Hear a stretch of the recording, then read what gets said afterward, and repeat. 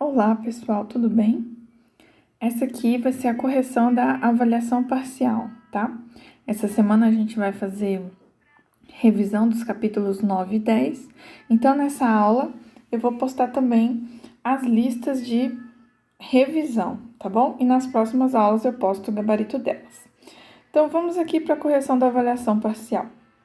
Na primeira questão, nós temos: acerca da luz e suas características, julgue os itens a seguir. O primeiro item diz o seguinte: a Lua é considerada como um corpo luminoso. Como a gente viu na nossa aula, a Lua ela é uma fonte secundária ou corpo iluminado, assim como os planetas e os objetos em geral que a gente vê, né? Então o item está errado.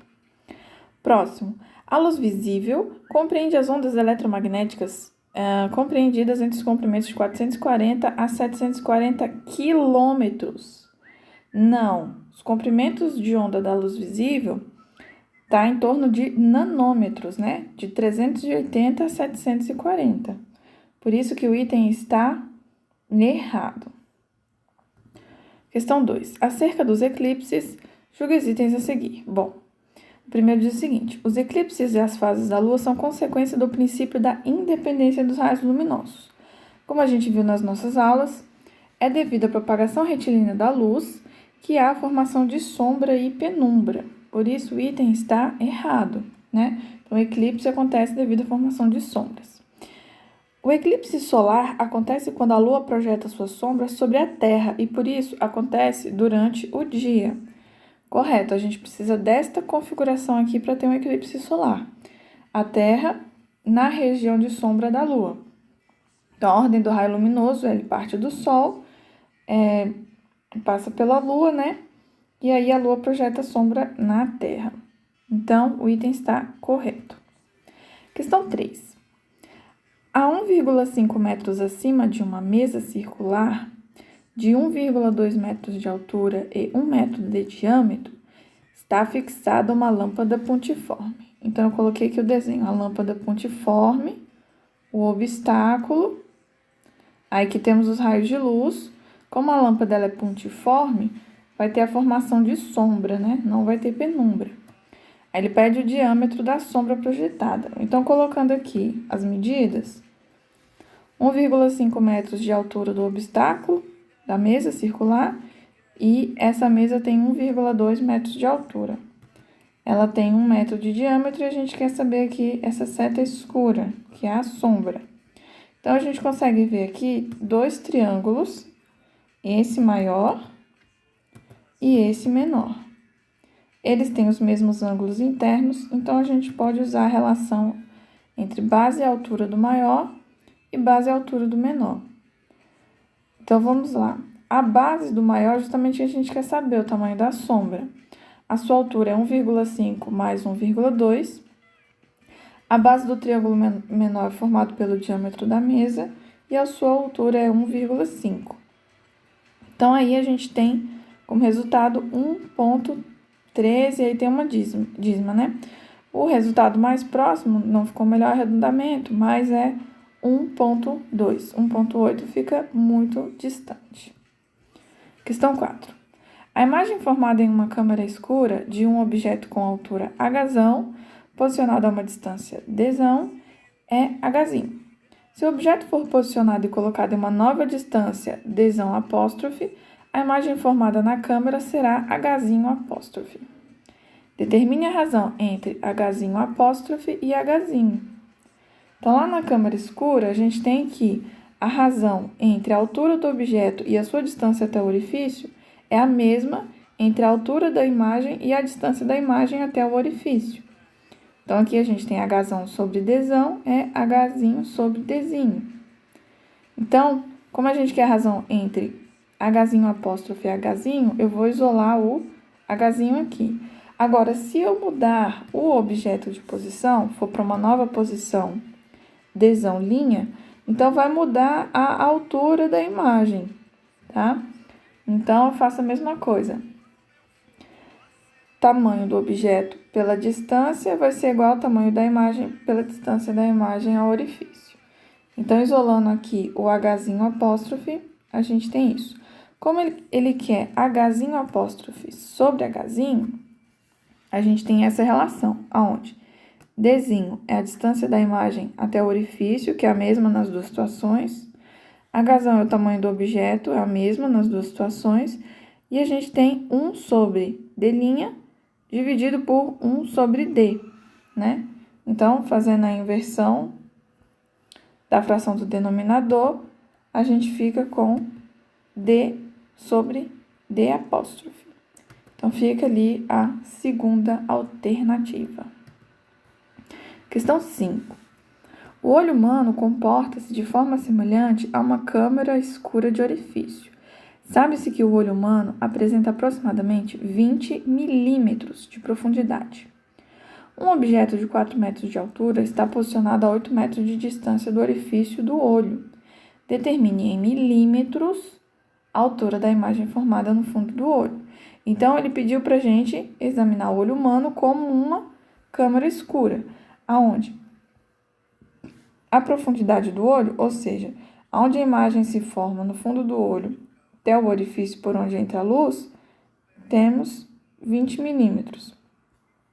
A distância do orifício do olho até o objeto é 8 metros e o tamanho do objeto, 4 metros.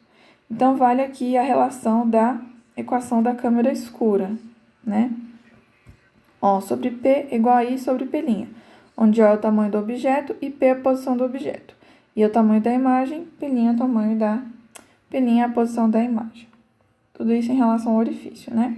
Então, fazendo as substituições, eu coloquei tudo aqui em metros, tá? Então, 4 sobre 8 metros vai ser igual a I sobre 20 milímetros, né? 20 milímetros, 0,02 metros. Então, o I vai ser esse 0,02 dividido por 2, né? Simplificando aqui o 4 e o 8, fica 1 sobre 2. Então, a imagem, o tamanho dela é 0,01 metros.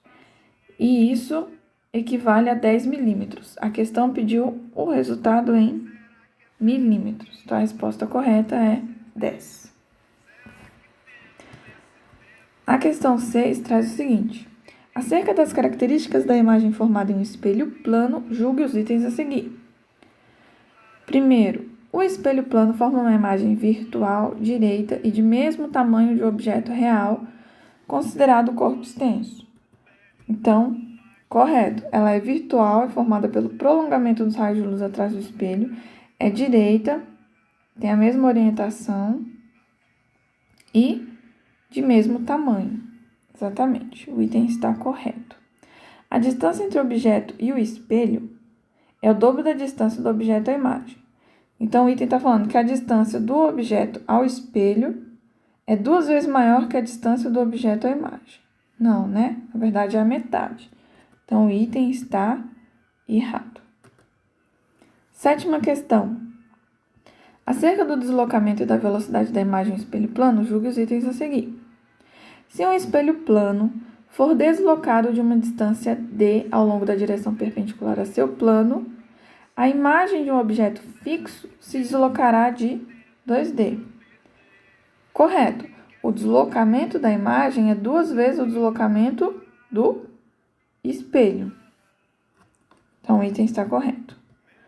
Um observador que se aproxima perpendicularmente de uma parede espelhada com velocidade de 2,5 metros por segundo vê sua imagem afastando-se dele a uma velocidade de 5 metros por segundo. Então, a pessoa está se aproximando do espelho e vê a sua imagem correndo do espelho. Não faz sentido, né? Se o observador se aproxima do espelho, então a sua imagem também vai se aproximar do espelho. Então, o observador ele vê a imagem se aproximar e não se afastar. Por isso, o item está errado. Questão 8. Um observador encontra-se dentro da região delimitada por 2 paredes espelhadas, que formam um ângulo de 90 graus entre si. Determine o número de imagens desse observador, formada nos 2 espelhos. Então, isso aqui é uma questão de associação de espelhos, onde o número de imagens vai ser 360 dividido pelo ângulo entre os espelhos menos 1. Aqui, no caso, o ângulo entre os espelhos é 90. Então, 360 dividido por 90 é 4. 4 menos 1, n igual a 3. Então, o número de imagens formadas por essa associação de espelhos é 3 imagens. Questão 9.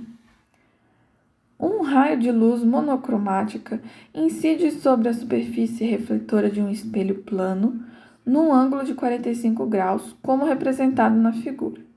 A seta representa o sentido do giro. Então, essa setinha aqui vai ser o giro que o espelho vai dar. O raio incidente tem um ângulo de incidência de 45 graus. O espelho é, então, girado de 45 graus, no sentido horário, no plano da figura, em torno do ponto O. Então, conforme está a setinha aqui. O raio incidente é mantido na mesma direção. Então, o raio não vai mudar, só o espelho vai mudar. Assinale a alternativa cuja figura melhor representa a situação final. Então, o raio de luz vem aqui com 45 e o espelho está girado. Isso aqui não é uma reflexão, né? Porque a direção normal está aqui, né? Então, não tem como ele vir com 0 de incidência e refletir com 45, porque o ângulo de incidência e o ângulo de reflexão tem que ser iguais. A mesma coisa aqui. Não tem como ele vir por cima da direção normal e ter um ângulo de 45 graus de reflexão, sendo que a incidência é de 0 graus. Aqui também não tem como ele sair assim, então nos resta a alternativa letra D. Última questão, questão 10. Um observador de 1,8 metros deseja comprar o menor espelho que seja possível ver-se de corpo inteiro. Determine em centímetros o tamanho desse espelho. Bom, então a gente viu lá nas nossas aulas anteriores que, para qualquer observador, o menor tamanho do espelho tem que ser a metade da altura do observador, que é esse Dzinho da figura aqui. Esse Dzão é a altura da base do espelho. O espelho tem que ser colocado a uma altura que seja metade da altura dos olhos do observador, né? Esse Hzinho aqui é a altura dos olhos do observador e o Hzão é a altura do observador. Se o nosso observador tem 1,8 metros de altura, então o tamanho do espelho tem que ser a metade da altura dele. A metade de 1,8 é 0,9 metros. Só que ele quer em centímetros. Isso corresponde a 90 centímetros. Tá ok, pessoal? Espero que vocês não tenham tido dificuldade, né? Como vocês viram, em todas as questões tinha indicação do capítulo, a aula e a semana onde estava o material. E agora a gente vai trabalhar para a nossa revisão da avaliação integrada. A gente já viu os conteúdos do capítulo 9 e do capítulo 10 e essa semana a gente vai revisar. Para isso, eu vou deixar com vocês 2 listas, tá? Uma para cada capítulo. E aí, nas próximas aulas, eu vou postar a resolução dessas listas. Em caso de dúvidas, vocês me mandam mensagem ou a gente se encontra amanhã às 11 no nosso plantão de dúvida. Bons estudos a todos. Até mais.